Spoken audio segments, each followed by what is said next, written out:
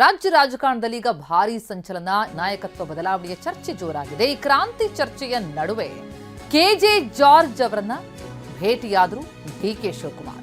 ಟಿವಿ9 DK George ಭೇಟಿಯ exclusive inside ಮಾಹಿತಿ.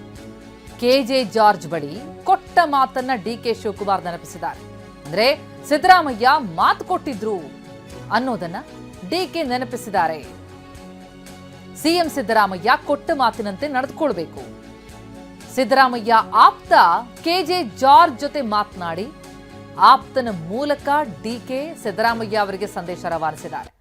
ಈ ವಿಚಾರ ಸಿದ್ದರಾಮಯ್ಯ ಜೊತೆ ಮಾತುಕತೆಗೆ ಡಿಕೆ ಸೂಚನೆ ಕೊಟ್ಟರು. ಅದೇ ಆಧಾರದಲ್ಲಿ ಅಧಿಕಾರ ಹಸ್ತಾಂತರಿಸಬೇಕು ಅಂತ ಡಿಸಿಎಂ ಮಾತನಾಡಿದ್ದಾರೆ. ಅಂದ್ರೆ ಸರ್ಕಾರದ ರಚನೆ ವೇಳೆ ಏನ್ ಚರ್ಚೆಯಾಗಿತ್ತೋ ಅದನ್ನ ಡಿಸಿಎಂ ಡಿಕೆ ಶಿವಕುಮಾರ್ ಕೆಜೆ ಜಾರ್ಜ್ಗೆ ವಿವರಿಸಿ ಅದನ್ನ ಸಿದ್ದರಾಮಯ್ಯ ಜೊತೆ ಚರ್ಚೆ ನಡೆಸುವಂತೆ ಸಂದೇಶ ಕೊಟ್ಟಿದ್ದಾರೆ.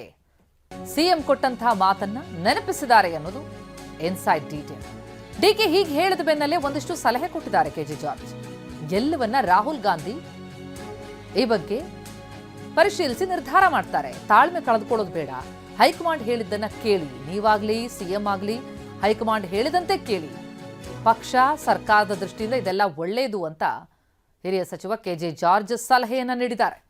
ತಾಳ್ಮೆ ಕಳೆದುಕೊಳ್ಳದಂತೆ ಡಿಕೆಗೆ ಜಾರ್ಜ್ ಸಲಹೆ. ಯಾವಾಗ ಸಿಎಂ ಸಿದ್ದರಾಮಯ್ಯನವರು ಮಾತು ಕೊಟ್ಟಿದ್ರು ಅನ್ನೋದನ್ನ ಡಿಕೆ ಜಾರ್ಜ್ ಅವರನ್ನ ಕರೆಸಿ ಮಾತನಾಡಿ ನೆನಪಿಸಿ ಏನಾಗಿತ್ತು ಒಪ್ಪಂದ ಅನ್ನೋದನ್ನ ತಿಳಿಸಿ ಸಿದ್ದರಾಮಯ್ಯ ಅವರ ಜೊತೆ ಈ ಬಗ್ಗೆ ಚರ್ಚಿಸೋ ಅಂತ ಹೇಳಿದ್ರು. ಆಗ ತಾಳ್ಮೆ ಕಳೆದುಕೊಡ್ಬೇಡಿ ಅಂತ ಸಲಹೆ ಕೊಟ್ಟಿದ್ದಾರೆ ಕೆಜೆ ಜಾರ್ಜ್. ಈ ನಾಯಕತ್ವ ಚರ್ಚೆಯ ಮಧ್ಯೆ ಸಿದ್ದರಾಮಯ್ಯ ಟೀಮ್ ಭಾರಿ ಅಲರ್ಟ್ ಆಗಿದೆ.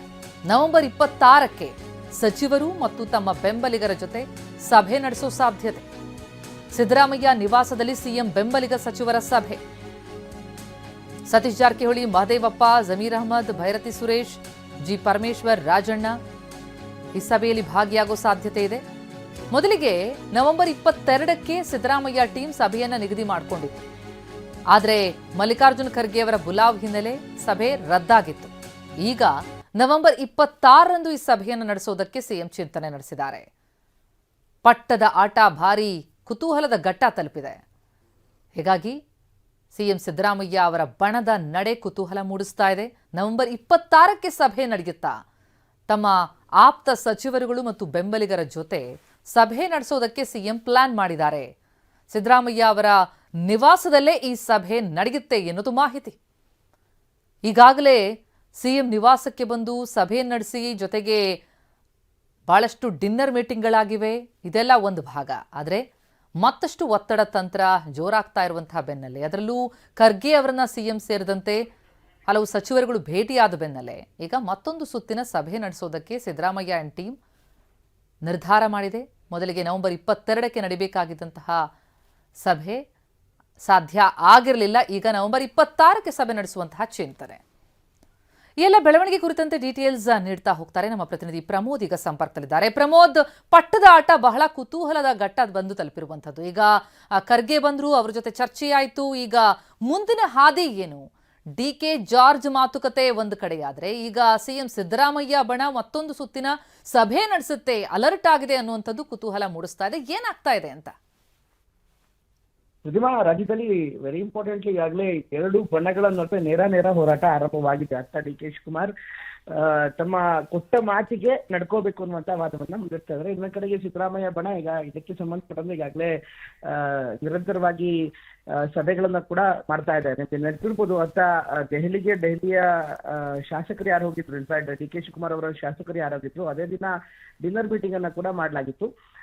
ಅವರೆಲ್ಲರೂ ಕೂಡ ಸಿದ್ದರಾಮಯ್ಯ ಬಣದವರು ಅಥವಾ ಸಿದ್ದರಾಮಯ್ಯ ಆಪ್ತರು ಅಂದ್ರೆ ತಪ್ಪಾಗಲ್ಲ. ಈಗ ಅದೇ ಶಾಸಕರು ಆಕ್ಚುಲಿ ಮೊನ್ನೆ ಒಂದು ಸಭೆಯನ್ನ ಮಾಡ್ಬೇಕಾಗಿತ್ತು. ಶನಿವಾರ ಮುಖ್ಯಮಂತ್ರಿಗಳನ್ನ ಭೇಟಿಯಾಗಿ ಅವ್ರ ಜೊತೆಗೆ ಮಾತುಕತೆ ಮಾಡ್ಬೇಕಾಗಿತ್ತು. ಮುಂದಿನ ಹೆಜ್ಜೆ ಏನ್ ನೀಡಬೇಕು, ಜೊತೆಗೆ ಪವರ್ ಶೇರಿಂಗ್ ಅನ್ನುವಂತ ವಿಚಾರಗಳು ಬಂದಂತಹ ಸಂದರ್ಭದಲ್ಲಿ ಈ ಎಲ್ಲ ಪ್ರಮುಖ ಮುನ್ನೆಲೆಗೆ ಬರುತ್ತೆ, ವಿಚಾರಗಳು ಮುನ್ನೆಲೆ ಬರ್ತವೆ. ಒಂದು ವೇಳೆ ಅಧಿಕಾರ ಹಂಚಿಕೆ ಅನ್ನೋದೇ ಮಾತುಕತೆ ಬಂದ್ರೆ ಆವಾಗ ನಡೆ ಏನಿರಬೇಕು ಬಗ್ಗೆ ಚರ್ಚೆ ಮಾಡೋದಕ್ಕೆ ಇವರೆಲ್ಲರೂ ಕೂಡ ಸೇರೋದಾಗಿತ್ತು. ಆದ್ರೆ ಅದನ್ನ ಮಲ್ಲಿಕಾರ್ಜುನ್ ಖರ್ಗೆ ಅವರು ಮುಖ್ಯಮಂತ್ರಿಗಳಿಗೆ ಸಮಯ ಕೊಟ್ಟಂತಹ ಸಂದರ್ಭದಲ್ಲಿ ಅವರೆಲ್ಲರೂ ಕೂಡ ಒಟ್ಟಾಗಿ ಸಭೆ ಮಾಡೋದಕ್ಕೆ ಸಾಧ್ಯವಾಗಿಲ್ಲ. ಹೀಗಾಗಿ ಪ್ರತ್ಯೇಕವಾಗಿ ಅದನ್ನ ಬೆಳಿಗ್ಗೆ ಸತೀಶ್ ಜಾರಕಿಹೊಳಿ ಹೋಗಿ ಭೇಟಿ ಆಗ್ತಾರೆ. ಅದಾದ ಬಳಿಕ ಜಾರ್ಜ್, ಜಮೀರ್ ಅಹಮದ್ ಖಾನ್, ಭೈರತಿ ಸುರೇಶಿಗೆ ಪ್ರತ್ಯೇಕವಾಗಿ ಹೋಗಿ ಭೇಟಿ ಮಾಡಿದ್ದಾರೆ. ಈಗ ಟಿವಿಗೆ ಸಿಗ್ತಾ ಇರುವಂತಹ ಮಾಹಿತಿಯ ಪ್ರಕಾರ ಎಲ್ಲರೂ ಒಟ್ಟಾಗಿ ಒಮ್ಮೆ ಕೂತು ಚರ್ಚೆ ಮಾಡೋದಕ್ಕೆ ಕೂಡ ನಿರ್ಧಾರ ಮಾಡಲಾಗಿದೆ. ಹೀಗಾಗಿ ಬುಧವಾರ ಅಂದ್ರೆ ನವೆಂಬರ್ 26ನೇ ತಾರೀಕು ಸತೀಶ್ ಜಾರಕಿಹೊಳಿ, ಪರಮೇಶ್ವರ್, ಜಮೀರ್ ಈ ತರ ಯಾವ್ಯಾವ ಶಾಸಕರಿದ್ದಾರೆ, ಜೊತೆಗೆ ಆಪ್ತ ಸಚಿವರು ಇದ್ದಾರೆ, ಅವರೆಲ್ಲರೂ ಕೂಡ ಸೇರಿ ಸಿದ್ದರಾಮಯ್ಯನವರ ನಿವಾಸದಲ್ಲೇ ಒಂದು ಮೀಟಿಂಗ್ ಅನ್ನ ಮಾಡ್ತಾರೆ ಅಂತ ಹೇಳಲಾಗ್ತಾ ಇದೆ. ಈ ಮೂಲಕ ಒಂದು ಅಲ್ಲಿಂದಲೂ ಕೂಡ ಒಂದು ಒತ್ತಡ ತತ್ವವನ್ನ, ಹಾಗೇನೆ ಮುಂದೆ ಕೈಗೊಳ್ಳಬೇಕಾದಂತ ಕಾರ್ಯತತ್ವವನ್ನ ಎರಡನ್ನೂ ಕೂಡ ಚರ್ಚೆ ಮಾಡಲಾಗುತ್ತೆ. ಹಾಗೆ ಅಧಿವೇಶನ ಇನ್ನೊಂದು ಕಡೆಗೆ ಬರ್ತಾ ಇದೆ. ಅತ್ತ ರಾಹುಲ್ ಗಾಂಧಿ ಅವರು ಕೂಡ ಚರ್ಚೆ ಮಾಡಿದ್ದೇ ಆಯ್ತಲ್ಲಿ, ಅಂದ್ರೆ ಎಲ್ಲ ಬೆಳವಣಿಗೆಗೆ ಸಂಬಂಧಪಟ್ಟಂತೆ ನಾಯಕರನ್ನ ಕರೆದು ಮಾತಾಡದೇ ಆಗಿತ್ತಲ್ಲಿ, ಸಹಜವಾಗಿ ಅದು ಕೂಡ ಒಂದು ಒತ್ತಡ ಕ್ರಿಯೇಟ್ ಮಾಡುತ್ತೆ. ಅಂತ ಸಂದರ್ಭದಲ್ಲಿ ಹೇಗೆ ನಾವು ನಿರ್ಧಾರಗಳನ್ನ ಕೈಗೊಳ್ಬೇಕಾಗತ್ತೆ, ನಮ್ಮ ನಿಲುವೇನಾಗಿರ್ಬೇಕು ಅನ್ನೋದು ಕೂಡ ಚರ್ಚೆ ಮಾಡ್ತಾರೆ. ಆಬ್ವಿಯಸ್ಲಿ ಮುಖ್ಯಮಂತ್ರಿಗಳ ಬದಲಾವಣೆ ಇಲ್ಲ ಅನ್ನುವಂಥದ್ದು ಸಿದ್ದರಾಮಯ್ಯ ಬಡದಿಂದ ಬರ್ತಾ ಇರುವಂತ ಸಂದೇಶ. ಥ್ಯಾಂಕ್ ಯು ಪ್ರಮೋದ್ ಅವರ ಮಾಹಿತಿಗೆ. ಈ ಮಧ್ಯೆ ಡಿ.ಕೆ. ಶಿವಕುಮಾರ್ ಸಿಎಂ ಆಗಲಿ ಅಂತ ಅವರ ಬೆಂಬಲಿಗರು ಪೂಜೆ ಮಾಡಿಸ್ತಾ ಇದ್ದಾರೆ. ಬಾಗಲಕೋಟೆ, ಹಾವೇರಿ, ಬೆಳಗಾವಿಯಲ್ಲಿ ಪೂಜೆ ಸಲ್ಲಿಕೆ 101 ಈಡಿಗಾಯಿ ಒಡೆದು ಕಾರ್ಯಕರ್ತರು ಪೂಜೆ ಮಾಡಿಸಿದ್ದಾರೆ. ಯುವ ಕಾಂಗ್ರೆಸ್ ಕಾರ್ಯಕರ್ತರಿಂದ ಪೂಜೆ ಸಲ್ಲಿಕೆ. ಡಿ.ಕೆ. ಶಿವಕುಮಾರ್ ಸಿಎಂ ಆಗಲಿ ಅಂತ ಹಾರೈಸಿ ಹಾವೇರಿಯಲ್ಲೂ ವಿಶೇಷ ಪೂಜೆ, ಬೆಳಗಾವಿಯಲ್ಲಿ 101 ಈಡಿಗಾಯಿ ಹೊಡೆದಿದ್ದಾರೆ. ಬಾಗಲಕೋಟೆಯಲ್ಲಿ 101 ಈಡಿಗಾಯಿ ಹೊಡೆದು ಪ್ರಾರ್ಥನೆ ಮಾಡಿದ್ದಾರೆ.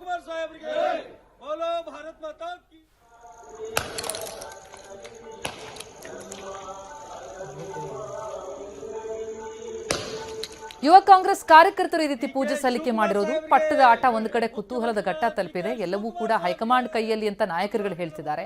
ಆದರೆ ಇತ್ತ ಅವರ ಬೆಂಬಲಿಗರು, ಕಾಂಗ್ರೆಸ್ನ ಕಾರ್ಯಕರ್ತರು ಡಿ.ಕೆ. ಶಿವಕುಮಾರ್ ಪರವಾಗಿ ಬ್ಯಾಟ್ ಬೀಸ್ತಾ ಅವರ ಪರವಾಗಿ ಅವರು ಸಿಎಂ ಆಗಬೇಕು ಅನ್ನುವಂತಹ ಆಶಯದೊಂದಿಗೆ ಈ ರೀತಿ ಪೂಜೆ ಮಾಡಿಸ್ತಾ ಇದ್ದಾರೆ. ಮೈಸೂರಿನಲ್ಲೂ ಕೂಡ ಅಷ್ಟೇ, ಮಾಲಾಧಾರಿಗಳಿಂದ ಪೂಜೆ. ಡಿ.ಕೆ. ಶಿವಕುಮಾರ್ ಸಿಎಂ ಆಗಲಿ ಅಂತ ಅವರ ಬೆಂಬಲಿಗರು ಹಾರೈಸ್ತಾ ಇರೋದಷ್ಟೇ ಅಲ್ಲ, ದೇವರ ಮೊರೆ ಹೋಗಿದ್ದಾರೆ. ಡಿ.ಕೆ. ಶಿವಕುಮಾರ್ ಅವರ ಫೋಟೋ ಹಿಡಿದು ಸಿಎಂ ಆಗಬೇಕು, ಸಿಎಂ ಪಟ್ಟ ಅವರಿಗೆ ಸಿಗಬೇಕು ಅನ್ನುವಂತಹ ಆಶಯವನ್ನ ವ್ಯಕ್ತಪಡಿಸ್ತಾ ಇದ್ದಾರೆ. ಪಟ್ಟದ ಆಟ ಬಹಳ ಕುತೂಹಲ ಮೂಡಿಸ್ತಾ ಇದೆ.